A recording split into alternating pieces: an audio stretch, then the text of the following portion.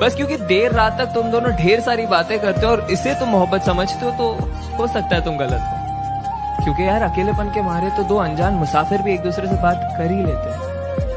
अरे बस क्योंकि तुम उसकी इंस्टा स्टोरीज का और वो तुम्हारे स्नैप स्टोरीज का हिस्सा बन चुकी है और इसे तुम मोहब्बत कह रहे हो, तो हो सकता है तुम गलत हो।